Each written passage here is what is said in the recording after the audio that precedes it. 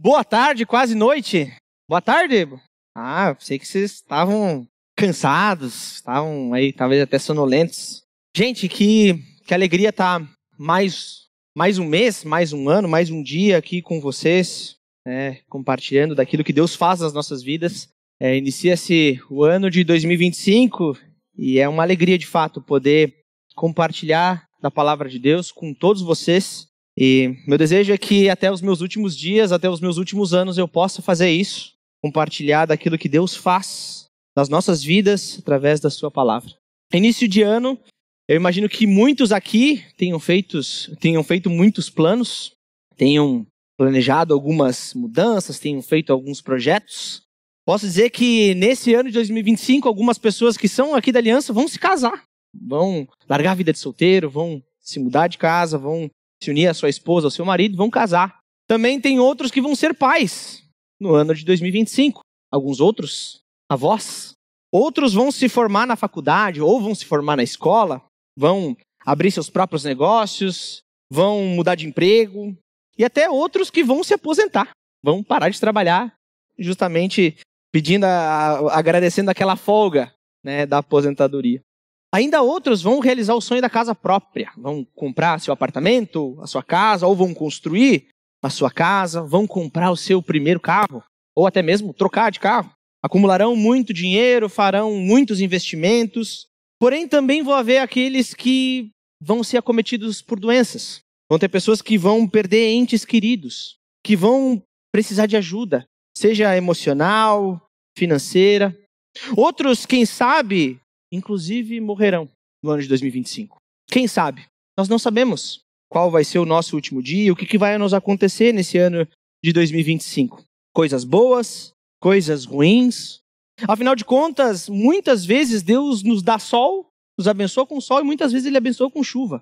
Basta a gente estar com os olhos bem abertos, com os ouvidos bem atentos, para ouvirmos e entendermos aquilo que Deus nos dá. Porém, quando a gente olha para tudo isso, que eu acabei de mencionar, desses planos, projetos, e sabemos que início de ano a gente faz muitas promessas. Esse ano eu vou emagrecer, vou fazer dieta, vou fazer isso, aquilo, vou guardar dinheiro, vou fazer muitas coisas. Embora essas coisas impactem diretamente nas nossas vidas, e talvez essas coisas sejam muito caras para nós, nenhuma delas pode nos oferecer um genuíno descanso.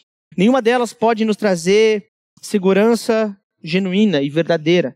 Nenhuma dessas coisas nos oferece a paz que excede todo entendimento. Nós podemos fazer planos, mas esses planos, e por mais que nós conseguimos atingir os nossos objetivos que nós traçamos no início do ano, esses objetivos não nos trazem paz que excede todo entendimento. Não nos trazem segurança eterna. O que eu quero dizer é que, embora a gente faça planos, e nós busquemos essa paz no aqui e no agora, o verdadeiro descanso não depende do que eu e você faremos ou deixaremos de fazer nesse ano de 2025. O verdadeiro descanso, a verdadeira paz que nós podemos alcançar, ela foi conquistada, ela foi consumada há quase 2000 anos atrás. E é sobre isso que eu quero falar um pouquinho com vocês, sobre segurança eterna. Então eu quero convidar vocês a abrirem suas Bíblias no Evangelho de Marcos, capítulo 10, versículos de 17 a 31. Marcos, capítulo 10, versículos de 17 a 31. E diz assim: Quando Jesus ia saindo, um homem correu em sua direção e se pôs de joelhos diante dele e lhe perguntou: Bom mestre, que farei para herdar a vida eterna? Respondeu-lhe Jesus: Por que você me chama de bom? Ninguém é bom a não ser um, que é Deus. Você conhece os mandamentos: não matarás, não adulterarás, não furtarás, não darás falso testemunho, não enganarás ninguém, honra teu pai e tua mãe. E ele declarou: Mestre, a tudo isso tenho obedecido desde a minha adolescência. Jesus olhou para ele e o amou. Falta uma coisa para você, disse ele. Vá, venda tudo o que você possui e dê o dinheiro aos pobres, e você terá um tesouro no céu. Depois, venha e siga-me. Diante disso, ele ficou abatido e afastou-se, triste, porque tinha muitas riquezas. Jesus olhou ao redor e disse aos seus discípulos: Como é difícil aos ricos entrar no reino de Deus. Os discípulos ficaram admirados com essas palavras. Mas Jesus repetiu: Filhos, Como é difícil entrar no reino de Deus. É mais fácil passar um camelo pelo fundo de uma agulha do que um rico entrar no reino de Deus. Os discípulos ficaram perplexos e perguntavam uns aos outros: neste caso, quem pode ser salvo? Jesus olhou para eles e respondeu: para o homem é impossível, mas para Deus não. Todas as coisas são possíveis para Deus. Então Pedro começou a dizer-lhe: nós deixamos tudo para seguir-te. Respondeu Jesus: digo a verdade, ninguém que tenha deixado casa, irmãos, irmãs, mãe, pai, filhos e campos por causa de mim e do evangelho, deixará de receber 100 vezes mais, já no tempo presente, casas, irmãos, irmãs, mães, filhos e campos, e com eles perseguição. E na era futura, a vida eterna. Contudo, muitos primeiros serão os últimos, e os últimos serão os primeiros. Senhor nosso Deus, obrigado, porque a Tua palavra é o que nos dá vida. A Tua palavra criou o universo, criou todo o cosmos, Deus, e nós podemos confiar na Tua palavra.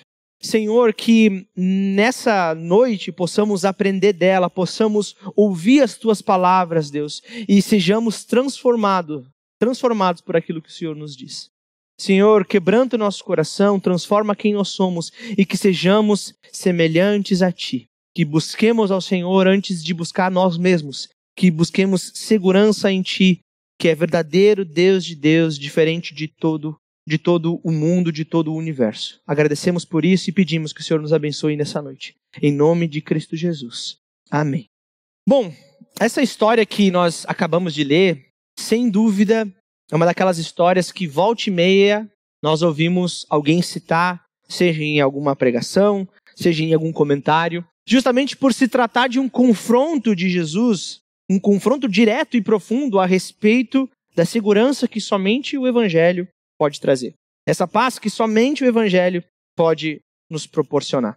E essa conversa entre Jesus e esse jovem que nós vemos ali, provavelmente no título da sua Bíblia está escrito jovem rico, essa conversa foi tão impactante para os discípulos, tão impactante que os 3 evangelhos sinóticos retratam essa mesma conversa.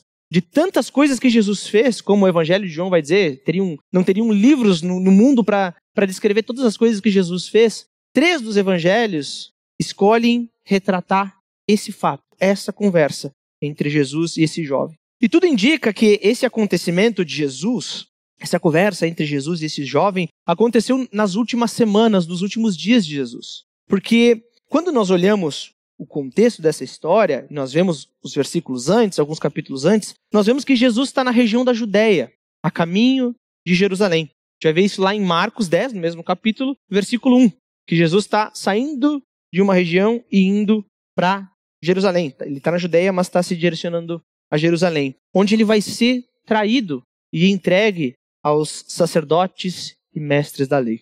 Fato que o próprio Jesus vai predizer que vai acontecer logo após a conversa do jovem rico. Nós lemos até o versículo 31, e quando a gente lê o versículo 33 e 34, Jesus vai dizer exatamente isso. Olha o que diz: eis que estamos subindo para Jerusalém, e o Filho do Homem será entregue aos chefes dos sacerdotes e aos mestres da lei. Eles o condenarão à morte e o entregarão aos gentios, que zombarão dele, cuspirão nele, o açoitarão e o matarão.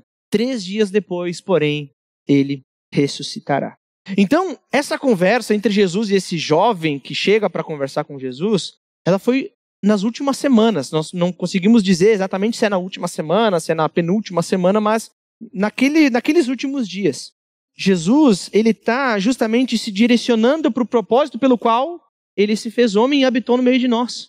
Ele, na eternidade, decidiu vir até nós, ter forma de homem e servir a todos nós até a morte na cruz. Então, Jesus está prestes a cumprir o seu propósito. Ele está próximo a dias, a alguns passos da cruz. E durante boa parte do ministério de Jesus, que a gente sabe que durou em volta de 3 anos, durante muito tempo, Jesus ele fez questão de que as pessoas não soubessem que ele era o Messias. Jesus ensinava nas sinagogas, ensinava nas cidades, curava enfermos, fazia milagres, mas quando alguém falava, tu és o Cristo, tu és o Messias, ele falava, não é para revelar quem eu sou ainda. Não conta isso para ninguém. Jesus fazia questão de que as pessoas não soubessem que ele era o Messias, até certo ponto. E quando a gente lê Marcos como um todo, nós chegamos até a confissão de Pedro, em Marcos 8, onde que ele diz: tu és o Cristo, o Filho do Deus vivo. E a partir daí, Jesus, ele não faz mais questão de esconder quem ele é. Ele justamente está caminhando em direção à cruz. Então, isso se fazia necessário. Jesus reafirma a autoridade dele várias e várias vezes, dizendo que ele é o Messias. Inclusive nessa conversa. Quando ele fala para o jovem rico, né, obedecer todos os mandamentos, ele fala: já que tu obedeceu tudo, então abandona tudo e agora me segue. O próprio Jesus está se colocando acima da lei, porque foi ele o autor da lei. E o interessante de toda essa conversa é justamente, assim, todas as coisas que vêm precedendo essa conversa. Porque Jesus está conversando com esse jovem logo após abençoar as crianças.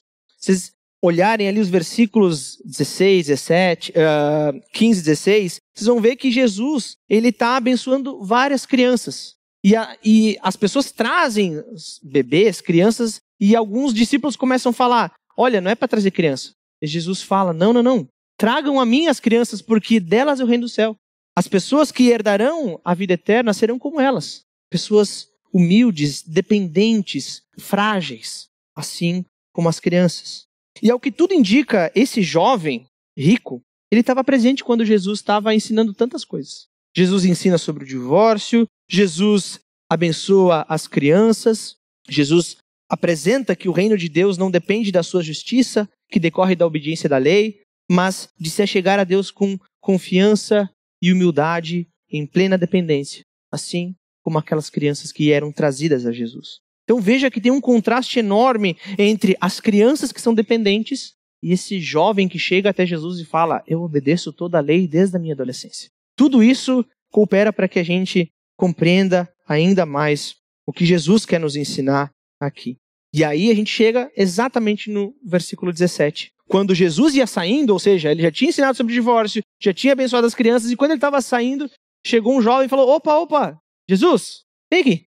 Quando Jesus ia saindo, um homem correu em sua direção, se pôs de joelhos diante dele e lhe perguntou: bom mestre, que farei para herdar a vida eterna? Sem dúvida, esse texto como um todo é uma pérola nas nossas mãos. Essa conversa entre Jesus e esse jovem ensinou tanto aquele próprio jovem, como todos aqueles que estavam ao redor.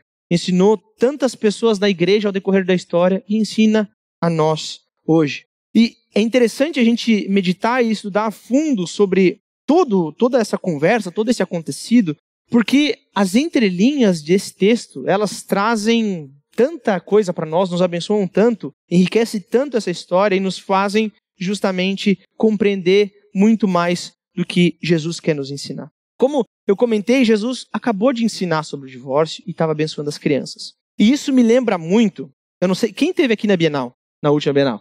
Ok, bastante gente. Então, vocês se recordam que lá a gente teve alguns momentos em que o Emílio, vários momentos em que o Emílio estava nas plenárias, ele ensinava, depois talvez tinha algumas outras atividades. Durante a noite os jovens tiveram um painel, por exemplo, onde que eles podiam fazer perguntas para o próprio Emílio. Poderiam, estou com dúvida sobre isso, dúvida sobre aquilo. E o próprio Emílio e outras pessoas também estavam ali para responder, para trazer luz ao nosso coração a respeito daquilo que Deus ensina através da sua palavra.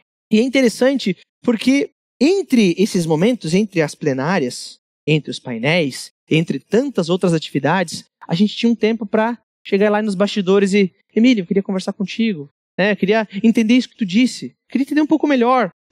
Li um livro teu, olha que bacana. Sabe, exatamente, e parece que essa história de Jesus, parece que Jesus estava na Bienal, estava ensinando várias coisas, depois trouxeram as crianças, ele abençoou, e aí chegou o momento que ele estava indo embora, chegou: vem aqui, vamos trocar uma ideia? Vamos trocar ideia, Jesus, eu estou com dúvida daquilo que tu falou, e eu queria saber como é que eu posso herdar a vida eterna. Eu não sei como, mas eu quero saber o que eu faço. E foi exatamente isso que o jovem rico fez. Depois do ensino e da bênção das crianças, ele se encheu de coragem, levantou e foi trocar uma ideia com Jesus.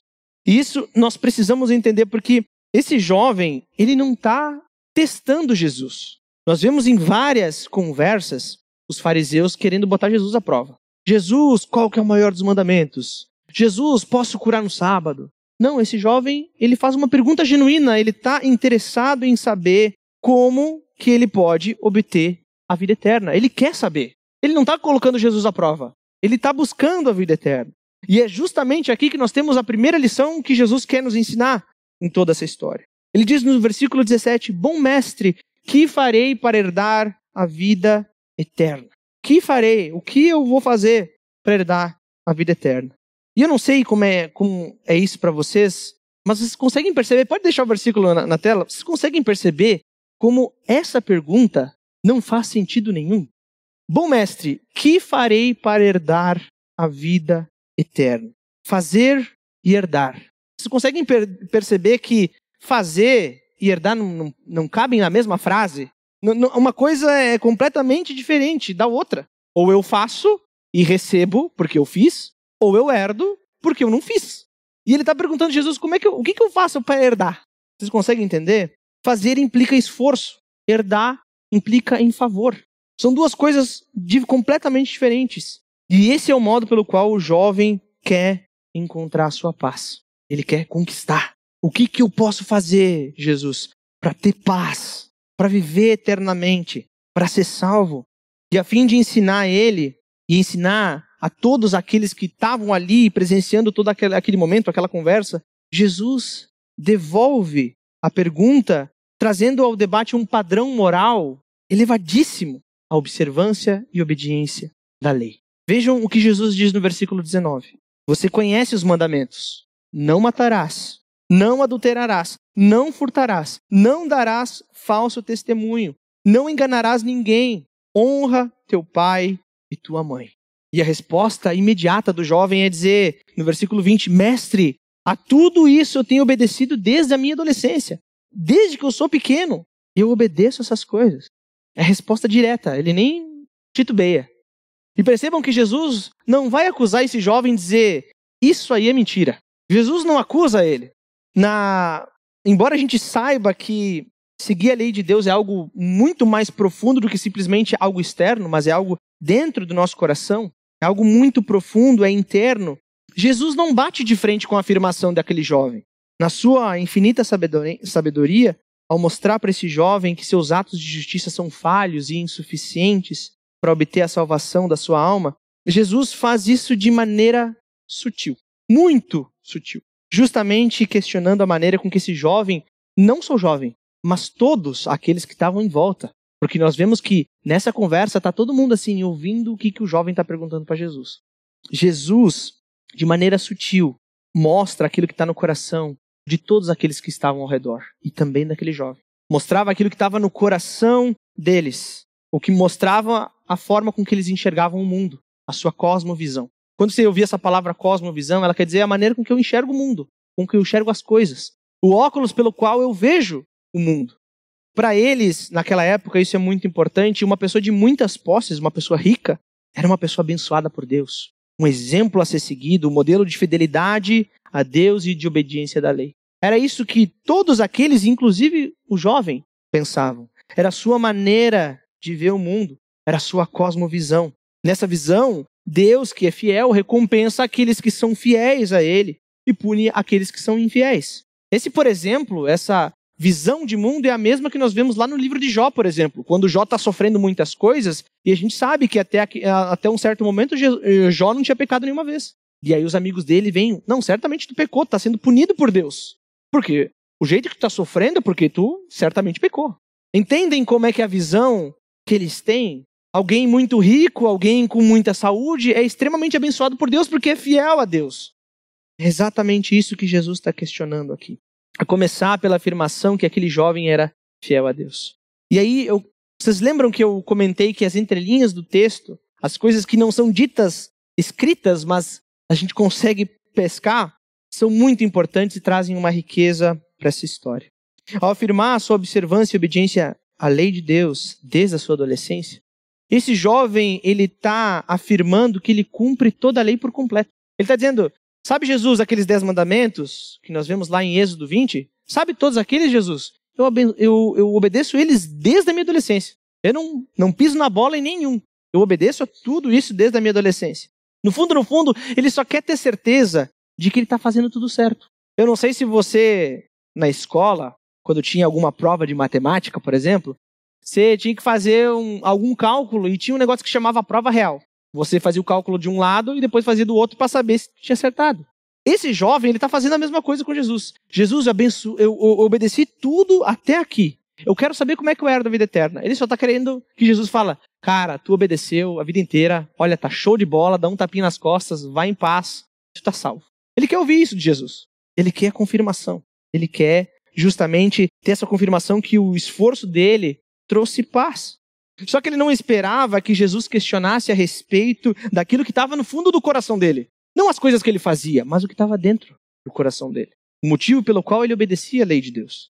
Quando Jesus sugere para que esse jovem vendesse tudo que possuía e desse aos pobres e o seguisse, Jesus está pondo em xeque a observância do primeiro e mais importante mandamento, que nós vemos lá em Êxodo 20. Olha só o que diz Êxodo 20, versículos de 1 a 3. O primeiro dos mandamentos. E Deus falou todas essas palavras. Eu sou o Senhor, o teu Deus, que te tirou da terra do Egito, da terra da escravidão. Não terás outros deuses além de mim. Quando esse jovem coloca o dinheiro na frente de seguir a Jesus, ele está desobedecendo esse mandamento aqui. O próprio Jesus resumiu a lei inteira em 2 mandamentos. Lá em Mateus 22, 34 a 40, aí sim nós vemos os fariseus questionando Jesus, e aí o texto diz assim, ao ouvirem dizer que Jesus havia deixado os saduceus sem resposta, os fariseus se reuniram. Um deles, perito na lei, o pôs à prova com esta pergunta. Mestre, qual é o maior mandamento da lei? Respondeu Jesus. Ame o Senhor, o seu Deus, de todo o seu coração, de toda a sua alma e de todo o seu entendimento. Esse é o primeiro e maior mandamento. E o segundo é semelhante a ele. Ame ao seu próximo como a si mesmo. Destes 2 mandamentos dependem toda a lei e os profetas. Percebe como aquela declaração que ele obedecia a todos os mandamentos não passava de fachada? No fundo, ele desobedecia o primeiro mandamento, o mais importante, de qual todos os outros dependem desse. Eu não consigo cumprir os mandamentos de Deus se eu não amar Deus de todo o meu coração. Eu não consigo amar o próximo como a mim mesmo se eu não amar Deus acima de todas as coisas. Quando Jesus sugere que aquele jovem que estava ali diante dele, abandonasse tudo e seguisse a ele, Jesus está denunciando e traz à tona a idolatria do coração daquele jovem. E ele está denunciando que existe algo que está no lugar de Deus e que não é Deus. Ele está denunciando que aquele jovem amava mais a bênção do que o Senhor da bênção. Que é o que o texto vai dizer diante disso, no versículo 22. Ele ficou abatido e afastou-se triste, porque tinha muitas riquezas. Perceba, Jesus falou, eu entendi que tu obedece tudo que a lei de Moisés diz, mas vende tudo e me segue. E aí quando Jesus coloca isso para ele dá um passo para trás e volta a seguir tudo o que tinha feito até então, porque tinha muitas riquezas. Se esse jovem que tinha muitas posses amasse verdadeiramente a Deus, de todo o seu coração, de toda a sua alma e todo o seu entendimento, ele faria exatamente aquilo que Mateus fez, aquilo que Zaqueu fez, que abandonou tudo para seguir a Jesus. Zaqueu, inclusive, devolve até muito mais daquilo que ele tinha se aproveitado das pessoas, porque ele entendeu que de fato ele deveria seguir a Jesus, não eram as suas obras de justiça, mas era seguir a Jesus. Porém, a segurança daquele jovem, a sua paz, o seu descanso estava nas suas riquezas e não em Deus. É esse que é o ponto. Isso que me remete ao ponto que eu mencionei lá na introdução dessa mensagem. Todo início de ano a gente faz planos, a gente faz votos que nós vamos mudar isso e aquilo. Nós depositamos muitas vezes a nossa paz, a nossa segurança nessas coisas. Mas onde a minha alma busca descanso? Nas coisas desse mundo ou de fato é no Senhor que me comprou por um alto preço? Que deu a sua vida na cruz do Calvário para me salvar. Onde está minha segurança? Está nas coisas que eu vou fazer nesse ano e vou mudar minha vida. Vai ser o ano da vitória. Onde está minha segurança? Quando Jesus se depara com a reação desse jovem que escolheu as riquezas ao invés de seguir a ele, Jesus se põe de pé e começa a pregar para aqueles que estão à sua volta. Jesus está conversando com ele. Mas quando o jovem sai, ele levanta e começa a ensinar a todos aqueles que estão ao seu redor. No versículo 23 diz assim: Jesus olhou ao redor e disse aos seus discípulos: como é difícil aos ricos entrar no reino de Deus. Como é difícil os ricos entrarem no reino de Deus. Percebe que a conversa ela sai do âmbito privado, de uma conversa ali, tete a tete, e se direciona para o âmbito público. O confronto de Jesus não é mais direcionado para o jovem, agora é para todo mundo que estava presenciando aquilo. Porque Jesus quer ensinar aqueles, não só o jovem, mas a todos aqueles que estavam diante dele, inclusive os seus apóstolos. Note que Jesus não está questionando. Jesus poderia fazer perguntas para que as pessoas respondessem, mas Jesus, ele faz afirmações. Afirmações. Como é difícil os ricos entrar no reino de Deus. E essa própria afirmação, esse próprio posicionamento de Jesus faz com que aqueles que estão ouvindo ele comecem a se questionar. Jesus não precisa questionar diretamente, ele só afirma. E eles começam a olhar uns para os outros e falar: tá, mas se ele que é abençoado por Deus, aquele que recebe riquezas, aquele que diante de toda a sociedade é alguém que é fiel a Deus, ele não vai herdar a vida eterna, então quem que vai herdar?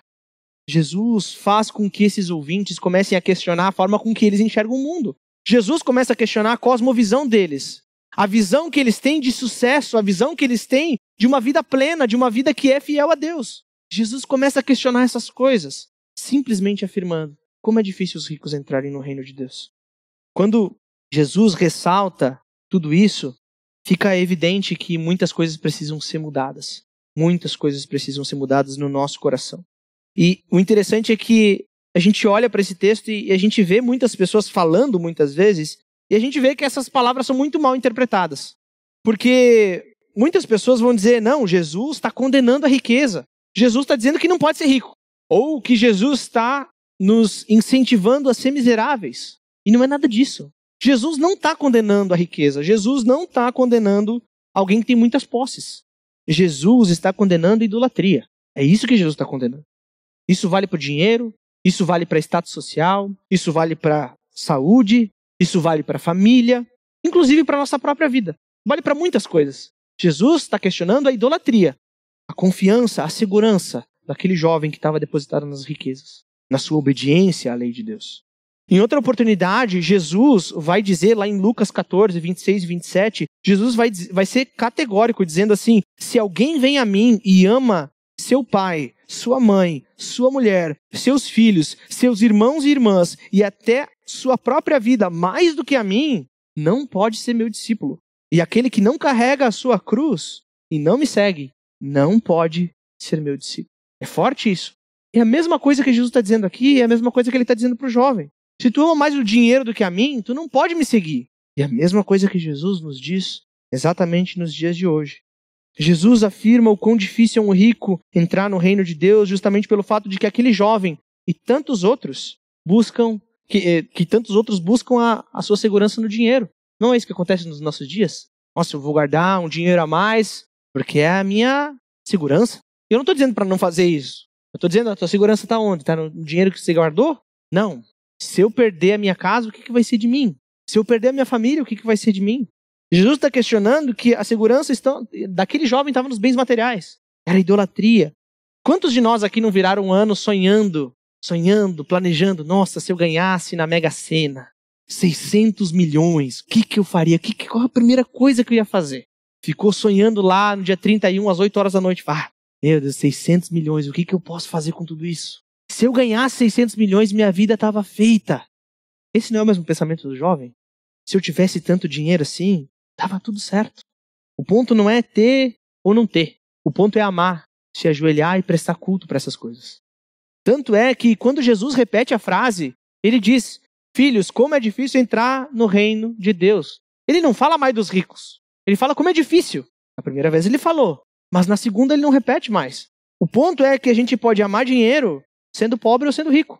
A gente pode ser pobre e amar o dinheiro mais do que um rico que tem muitas posses. Ou a gente pode ser rico e amar o dinheiro também. É indiferente. O ponto é idolatria. Sendo pobre ou sendo rico. Idolatria. Sendo rico ou sendo pobre. O amor ao dinheiro. Isso fica evidente quando alguém do nosso lado, aqui, alguém passa por necessidades e a gente finge que não está vendo, para não botar a mão no bolso e ajudar quem está no lado. A gente finge que não vê, para não ajudar. Isso é ou não é amor ao dinheiro? Sendo rico ou sendo pobre? quando a gente vê irmãos nossos que andam com Cristo, assim como nós andamos, e a gente finge que não vê, é amor ao dinheiro. Quando nós cogitamos mudar de emprego, só pensando, nossa, se eu sair e ir para aquele lugar, nossa, quanto dinheiro a mais eu vou ganhar. Meu Deus, olha só, vou ganhar tanto a mais por mês. Nossa, vou poder sair 3 vezes por semana. A gente está só pensando em dinheiro. Eu não estou pensando se eu mostro a Cristo no meu trabalho. Eu não estou pensando se isso vai ser bom para minha família. Não importa se eu tiver que andar 2 horas para ir para o trabalho, 2 horas para voltar, eu vou ganhar mais dinheiro. Não importa eu cuidar da minha família e ser um bom exemplo de Cristo dentro de casa. Não importa. Importa eu vou ganhar mais dinheiro. Isso não é o mesmo pensamento do jovem que amava mais o dinheiro? Isso fica claro quando nós vivemos numa região muito rica e próspera. E ao invés de a gente contribuir com alegria e generosidade para com a nossa comunidade, para com a nossa igreja, para que a nossa comunidade possa ajudar muitos outros, a gente prefere usar os nossos recursos para o nosso bem-estar. Olha, eu nem sei onde que eu posso contribuir para a igreja, porque tenho tantas outras prioridades na minha vida que a igreja anda sozinha, a igreja está pagando as contas. A gente não está preocupado com o que a igreja precisa de necessidade, o que os outros precisam de necessidades. A gente está pensando em quanto dinheiro a gente vai ter no bolso. Muitas vezes eu já ouvi a frase, olha, o último lugar que um cristão se converte é o bolso. Às vezes converte o coração, converte a mente, converte as mãos, mas o bolso é o último. Porque muitas vezes a gente procura segurança nos bens materiais, naquilo que nós recebemos. Jesus afirma quão difícil é entrar no reino de Deus, porque o nosso coração é uma fábrica de ídolos, no final das contas. Se eu ganhar R$5 ou R$1.000, eu posso dobrar o meu joelho e adorar aquele dinheiro. É indiferente. Essa é a denúncia de Jesus, a idolatria do nosso coração.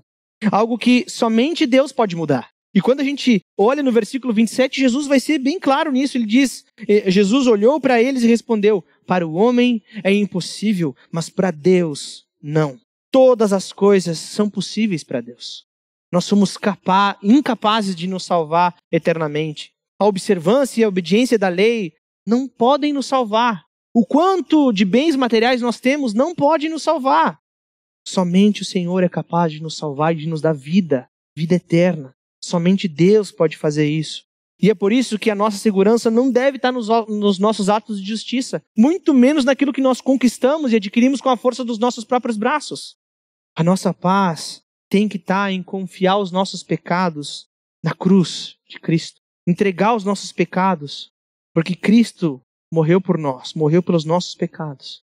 A nossa paz está em crer que Jesus é o Senhor e Salvador das nossas vidas. Essa é a nossa paz, não é aquilo que eu tenho, aquilo que eu faço. Esse é o milagre da conversão, um coração transformado por Jesus, que se arrepende, que renuncia os seus ídolos, a sua segurança, para justamente entregar o seu coração a Jesus. Essa é a conversão.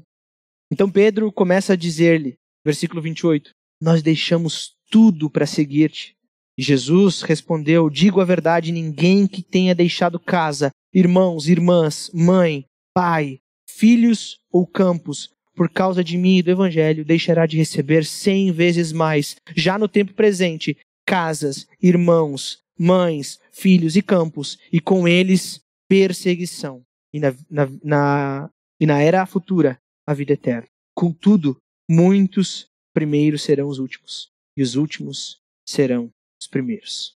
De fato, Pedro, ao longo assim como Pedro, muitas pessoas ao longo do tempo deixaram tudo para trás para justamente seguirem aquele que desde o princípio era a palavra, aquele que era Deus e estava com Deus. Pedro fez isso. Os discípulos fizeram isso. Muitas pessoas fizeram isso ao ponto de que nós hoje conhecemos a Cristo por causa dessas pessoas, que foram perseguidas por causa disso. Sim, elas foram perseguidas por causa disso, por seguirem a Jesus. Muitos pereceram por causa de Cristo e do Evangelho.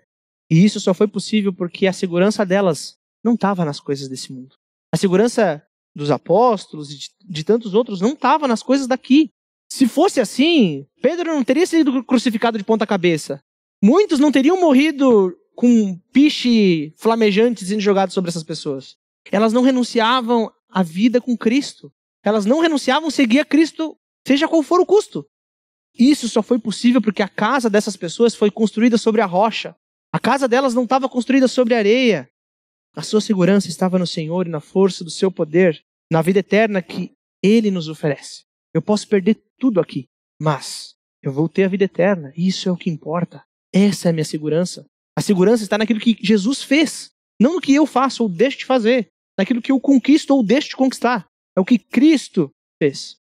Esses, os quais, segundo os olhos do mundo, eram os últimos, no final das contas, vão ser os primeiros. Foram os primeiros. São esses mesmos que herdarão a vida eterna. Não porque eles fizeram, mas porque Cristo fez. E dá de presente, é graça. Eles herdam, eles não fazem, eles recebem. Assim como nós não fazemos por merecer. Nós recebemos e é por isso que aí então nós vivemos de maneira diferente.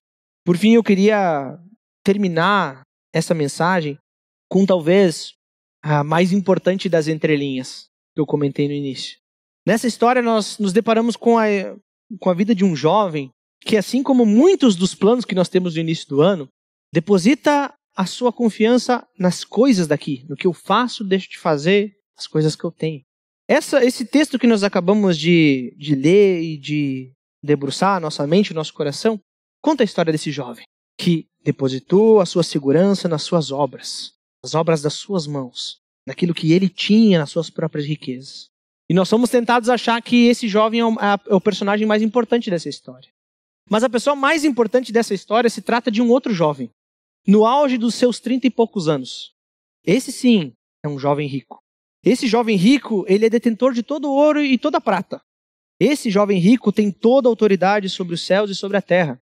Esse jovem rico estava no princípio e todas as coisas foram feitas por meio dele, por ele e para ele. Esse jovem rico estava com Deus e era Deus. Porém, esse jovem rico dessa história, ele considerou que o ser igual a Deus era algo que ele não devia se apegar. Mas ele se esvaziou, ele se humilhou e ele veio ser semelhante aos homens. Ele se esvaziou ao ponto de ser como os homens. Esse jovem rico foi obediente até a morte, morte de cruz.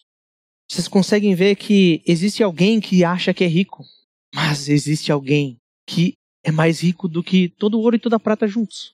Só que esse Senhor de todas as coisas se humilhou e habitou no meio de nós. O meu desejo é que nesse ano a gente tenha a mesma atitude que de Cristo, como está dito lá em Filipenses, que se esvaziou de si mesmo e se humilhou e teve forma de servo. E se Deus, que é tão grande, tão poderoso e tão rico, foi capaz de se esvaziar, quem dirá de nós que somos vazios? Quem dirá de nós que não temos nada para oferecer para Deus? Que possamos ser servos, assim como esse jovem rico foi servo, até a morte, morte de cruz. Que os nossos planos, se você fez os planos de eu vou conseguir isso e aquilo, e isso vai mudar o meu ano, vai mudar a minha vida, eu te convido, joga tudo fora.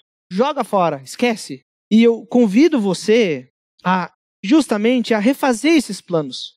Que os seus planos sejam, eu quero ser servo, como esse jovem rico, verdadeiramente rico. Eu quero entregar a minha vida para Jesus e conhecer mais dele. Porque isso é mais importante do que todas as riquezas desse mundo. Que a minha segurança não esteja nessas coisas daqui, mas esteja naquilo que é eterno, naquele que garante a eternidade para todos nós. Que os nossos planos sejam conhecer face a face o nosso Senhor e Salvador.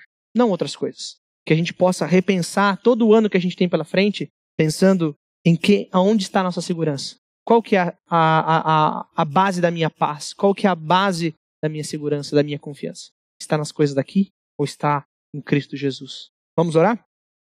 Senhor nosso Deus, que o Senhor transforme as nossas vidas, transforme o nosso caráter, mas acima de tudo, Deus, que o Senhor transforme o nosso coração ao ponto de que a nossa segurança esteja sempre, somente no Senhor. Meu Deus, que os planos que nós temos, os votos que nós fizemos no início desse ano, não sejam a base da nossa segurança, não sejam a base da nossa fé, não sejam a base da nossa paz, mas que a nossa paz esteja no Senhor e na força do seu poder, porque nada se compara a isso. Meu Deus, que possamos abandonar qualquer tipo de idolatria, de amor ao dinheiro, de amor às coisas desse mundo, de idolatrar a nossa família, a nossa saúde, Deus, os nossos trabalhos, Senhor, nos livra de qualquer tipo de idolatria e que possamos amar a Ti acima de nós mesmos. Que amemos ao Senhor com todas as nossas forças, com toda a nossa alma e com todo o nosso entendimento, meu Deus. Que as nossas vidas sejam voltadas para o Senhor, que os nossos pecados sejam entregues aos pés da cruz, para que possamos viver uma nova vida, uma vida que depende exclusivamente do Senhor. Uma vida que confia na graça que nos foi ofertada na cruz do Calvário. Esse é o nosso desejo, meu Deus. Transforma-nos de dentro para fora e que possamos ser semelhantes a Ti em todas as ocasiões. Esse é o nosso desejo, em nome de Cristo Jesus. Amém.